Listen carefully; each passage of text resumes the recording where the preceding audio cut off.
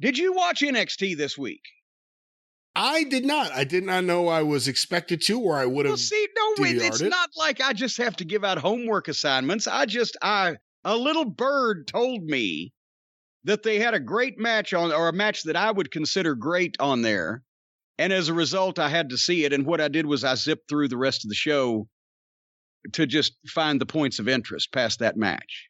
Would you like to hear a few things? I would. And the one thing I'm curious about, because I did see some things on Wednesday, which made me think, are they on Wednesday? But I guess it was just a taping or something. Do they have fans there more than there were the last time you watched? No, they still got well, God damn it. Now I'm trying to think. It's in the smaller place, so they have fans, but did they also have the screens? I don't know. I try to tune all that shit out. I'm actually, whenever I watch anything now, I try to tune out at least the WWE, the crowd or the screens or whatever, and focus on what's going on because the other shit's so distracting. I can't remember whether they had more fans than the last time I watched it or not. It doesn't matter to me. Thank you for asking that question, though. You're welcome. Thank you for telling me why you couldn't answer it. Yeah. Anyway, it started out with Samoa Joe. So how can we go wrong? Samoa Joe at the top of the program was pissed because Karrion Kross choked him out last week. And there's William Regal telling Joe that he can't be calling out the superstars because Joe said, I want Kross tonight. But Joe was fired up. He had some emotion. You believe that fucking chunky motherfucker when he's goddamn pissed off. Regal said, well, Kross is on his way. He said that. You've got to solve this peacefully.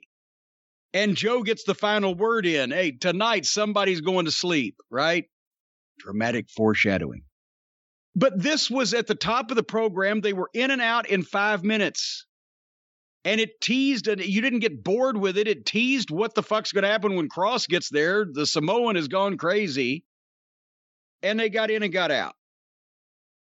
Unfortunately, and that's why Samoa Joe is believable, and he can do that shit. And he's believable against all their big guys, whether they're MMA fighters or shoot fighters or fucking, workers or whatever. But then they followed that Samoa Joe promo. The opening tag match was, I don't know what Roderick Strong and or Bobby Fish have done to deserve this. Kushida and Bobby Fish versus Roderick Strong and Tyler Rust.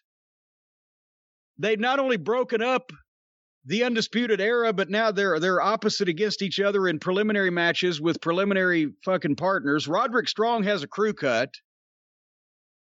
I don't know what, and this went 20 minutes. Followed by Cameron Grimes being LA Knight's butler, and they pulled up in the car, and he's got to carry the bags, and Drake Maverick offers to help him, but LA Knight won't let him. It's Cameron Grimes has something that's entertaining enough. When he does comedy, it's silly. When he just is himself and doing wrestling, he's funny.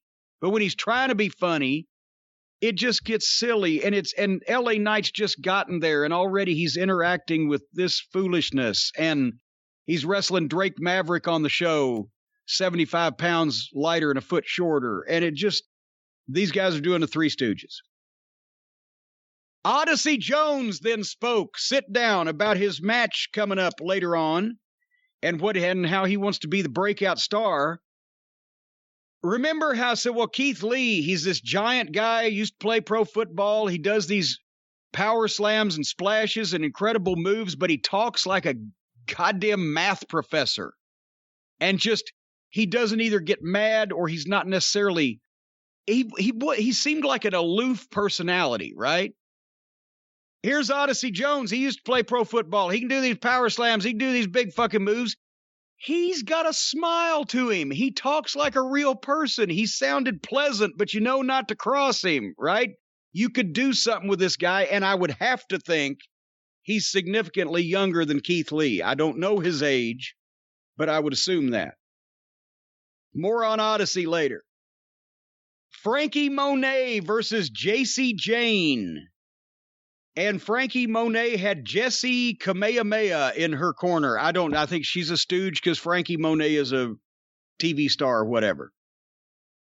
And I like Frankie Monet, but this was not the thing to do. She's so new in the company. JC Jane is greener than a pepper tree, and Frankie Monet tried to do a lot for her, and it drug this down because she wasn't ready to have all that done for her, and it took this off of several steps. And Robert Stone was lurking around. Oh, God, I hope we don't do that. But Frankie Monet hit her finish. Boom, 1, 2, 3. Odyssey Jones is 27 years old. There you go. So 10 years younger than Keith Lee. If the whole Keith Lee mystery has been that he's been being a problem child, then he no longer has a lot of leverage because they've just found a 10-year younger Keith Lee with a nice smile. Anyway, Wade Barrett did a sit down with Bronson Reed, and I love Bronson Reed because of his in-ring work and the way that he looks, but this was rotten because the stuff was written for both of them, and you could tell. They didn't have a conversation with each other. They recited lines to each other, not one stumble, not one stutter. He couldn't sell this. It wasn't real. It was memorized shit. But anyway, then the match that I came to the program to see, Kyle O'Reilly versus Austin Theory. Once I heard about that, I said, I got to see this fucking match, so I'll watch this show. And again, Austin Theory, I know he's still hooked up with, I think, the same face family, Johnny and his wife, Candace. But this guy, he's got the attitude, facials, body language. He can work. He does the little things. He moves in the ring like he's a much more of a veteran than he is. It's amazing for his age. And both these guys, they kept up a fast pace and they did a lot of action, but it wasn't a style clash. They worked well together. And Kyle's style is unorthodox, but he knows how to blend it with people, and Theory he's just there. You would see this young guy in the spot where Paul Orndorff when he was a rookie in Mid-South, or a young guy that was a really great worker that you'd never heard of, and you'd first see him on Georgia TV, and you'd go, ooh, and then later on it would be a big star, whatever the fuck. I mean, it wasn't silly shit that they were doing. They never lost sight of they were having a contest, but because Theory has such a heel attitude and facials and everything, there was a little pro wrestling gaga in there, but not that took you out of it being a match, or that they were cooperating with each other, or that they're doing ridiculous shit, but they still did modern stuff. Theory has a thing where he's on the apron, he dives, does a forward roll through the ropes, comes up to his feet, leaps up, and gives a high drop kick. And it looks like he brings more momentum because of that. Well, this time he went for the roll and the leap up, and in midair, O'Reilly caught his leg and dropped him in a knee bar. Just cool shit. I'll tell you, Austin Theory is a guy that Paul Heyman would have snagged in ECW before he did too many jobs in some big national TV company and promote him as the best in-ring performer in the business. Like, well, that was Just Incredible's thing, right? Heyman, if Heyman was still running a promotion, this is a guy that he would have. And he could pay him dirt because he was getting him over. Well, didn't he bring him up to the main roster for a short period of time, and then that was when Vince got rid of Heyman and Austin Theory went back down? Or am I wrong remembering that? I wasn't watching then. But Theory, he hit a whirly bird slam deal thing, got a close 2 count, hit a fisherman buster on his knee and got a close 2 count, and then flipped his wig and, went for the stairs. Like he was going to do something with the stairs. This is where they get into the sports entertainment gaga. Then the announcers had to say, oh my God, but Adam Cole did such and such to Kyle O'Reilly on the stairs. And that's when O'Reilly saw Austin Theory moving the stairs around and flipped out and just beat the shit out of him. So, okay. But anyway, he beats the shit out of Theory, hits a knee drop off the top rope onto the leg, and then grabs a leg lock, and Theory tapped out. It was a great match. It made Theory look better than, when they had him interacting with midgets and comedy personnel. He tapped out. He's a heel. No worries, but he's moving up. So this actually was a nice piece of business, did what it was supposed to do. And obviously O'Reilly got over. And then I swear to God, they followed it with the Lucha suits. Remember that group? They're still wearing suits. They've got a nice logo, and they were in the ring with a mariachi band. After this wonderful, modern, athletic contest between two fucking fighters, they have the Lucha suits in the ring with a mariachi band. But the head guy in the Lucha suits kicked the band out because the fans didn't deserve to be entertained. And then the rappers came out. Hit Row, Death Row, Murder Row, whatever, the AJ from Treasures, and the girl, and I think Swerve, and another guy. They're a rap record thing group. They came out and rapped. Record thing group? Whatever. They came out and rapped at the Lucha suits after the mariachi band got kicked out, and then they all got in a fucking fight, and I was speed searching. Joe was still waiting for Karrion Kross, and Regal was still trying to calm him down. The next match was Andre Chase in a NXT breakout match against Odyssey Jones. And Andre Chase, by the way, used to be Harlem Bravado, but he's cut his hair now. And this was a big man, little man match. And honestly, if they've seen Odyssey Jones before, I wouldn't have done this match. I wouldn't have done this match. I would have had this match, and Odyssey Jones would have gone over convincingly in about 2 or 3 minutes. I like the former Bravado brother as a person, and I'm not saying he should never be allowed to win a match on TV, but this, and he didn't win here, but he shouldn't have been competitive here. They got something with Odyssey Jones. But again, like the girls' match, because Odyssey Jones was so much bigger and so much stronger, they were having to do the contrived stuff where the little guy could somehow get the advantage for a minute. He was doing too much for Andre, and it was obvious that he was doing that for him rather than Andre was taking it, if that makes sense. So it shouldn't have been this complicated. At one point, Andre does the crossbody over the top, and Odyssey's supposed to catch him, but Andre came head first going downwards. He wasn't vertical, he was horizontal or whatever. And Odyssey was strong enough to catch him and cushion it enough to where he did not land on his neck or on his head and break his neck. And then Odyssey just muscled him right back up and picked him up, and they went for the spot they were going to do. But anyway, finally he hit his finish and made a comeback, hit his finish, 1, 2, 3. He's green, but this is what Keith Lee should have been. Fire, emotion, and some likability. So he may have lost his leverage, Mr. Lee. A new Hulk is in town. Next up was, as I mentioned, LA Knight with his butler Grimes against Drake Maverick. And I've said this, I've met the kid when he was Rockstar Spud. Drake Maverick, wonderful kid. He can work, and he's in great physical shape. He's like if Dwarf Dongsucker was a real athlete and a respectable person instead of, trailer park trash that he is.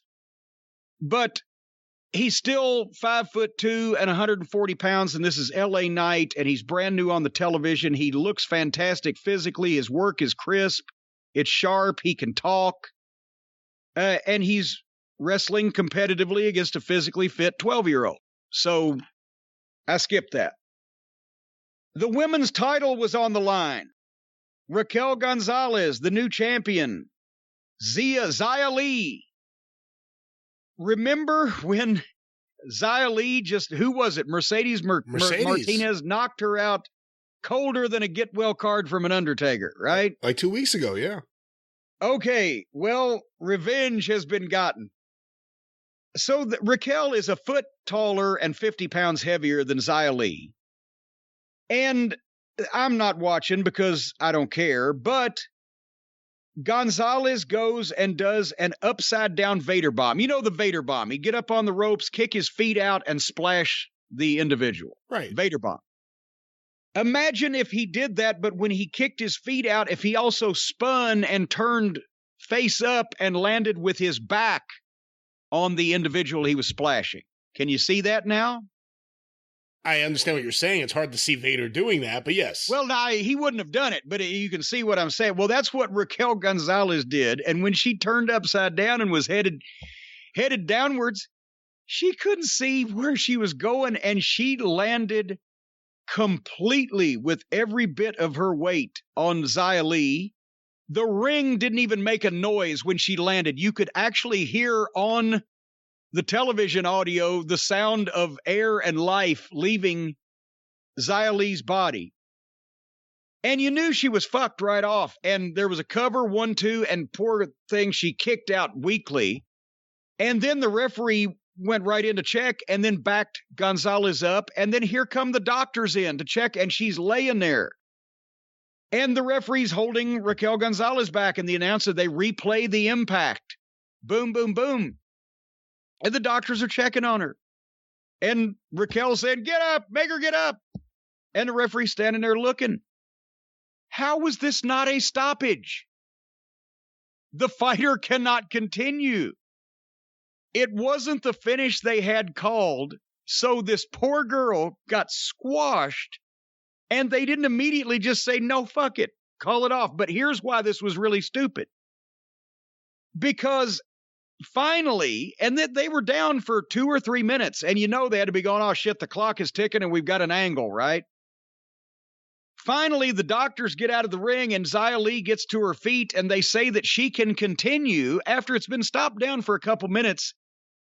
She walks right toward Raquel Gonzalez. Raquel Gonzalez grabs her around the neck, picks her up, and gives her a giant choke slam flat of her back to further exacerbate the internal injuries that she may very well have, and then pins her 1, 2, 3.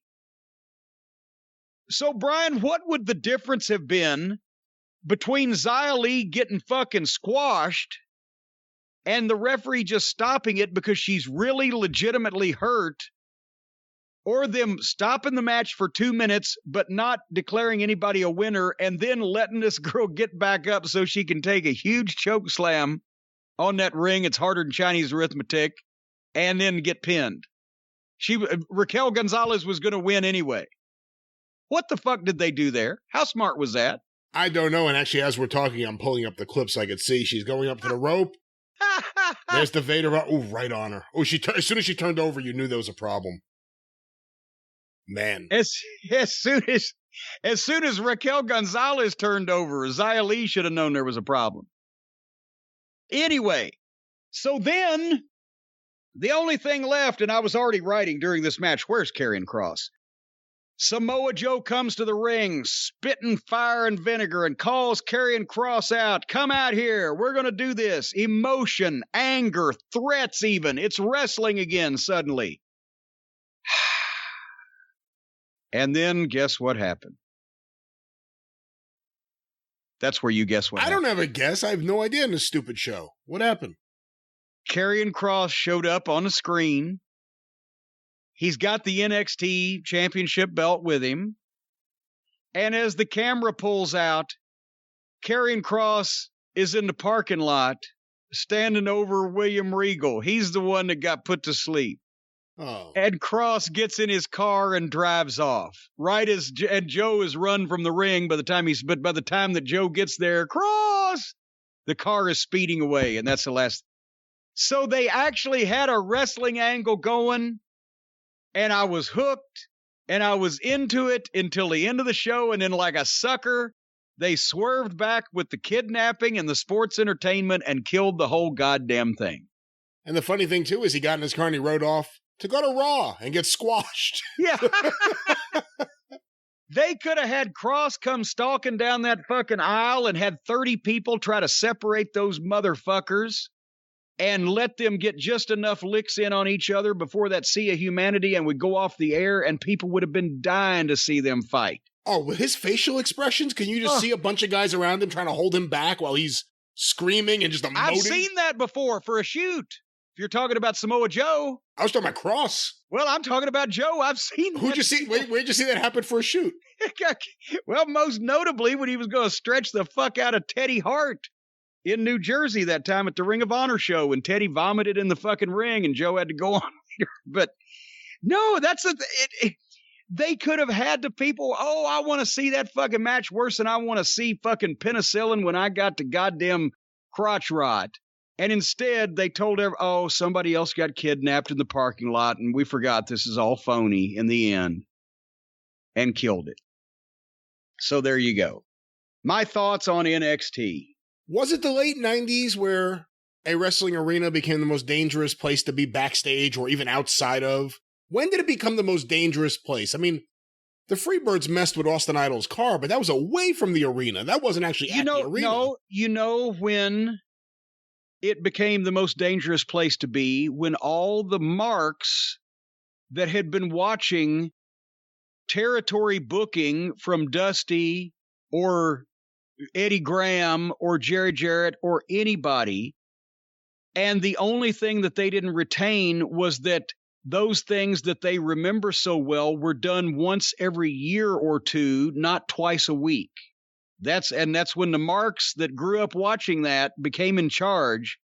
They didn't retain that basic piece of information, and then it became chaos. And then the comedy writers that have never seen wrestling before they get signed to the WWE, they assume that that's the way it's always been because they've never seen this shit before. They watch 3 shows and 16 people get kidnapped and 15 of them get jumped in the fucking parking lot or in the backstage area. And okay, this is what we do here, because they don't know.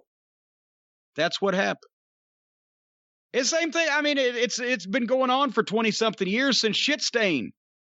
If Jimmy Snuka and Roddy Piper had both been in the territory when Shit Stain was booking, Piper would have hit him with the coconut every fucking week for 6 months. Week 1, coconut. Week 2, chainsaw. Week 3, death. Week 4, resurrection. That's all that guys like that remember is the hitting over the head with the coconut, not why or how, or that the show had been going on for 6 months before that happened, or that the matches went for 6 months after that took place, or whatever the case. Anyway. All right. Yes? Before we get to the various all petite wrestling news, what are you doing on the 605 these days? Another action-packed week on the Arcadian Vanguard Podcast Network. Get information about all shows on Twitter at Superpodcast or on Facebook, facebook.com/Arcadian Vanguard. Hold on, let's get this out of the way. This fucking chair.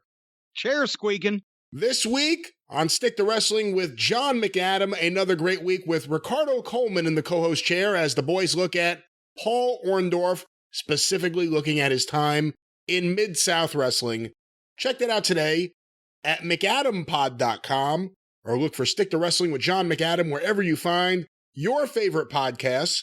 I didn't know John knew Ricardo Montalban. Not Ricardo Montalban, Professor Ricardo Coleman, a Mid-South Wrestling expert. Oh, he's the one that had that car with the rich Corinthian leather.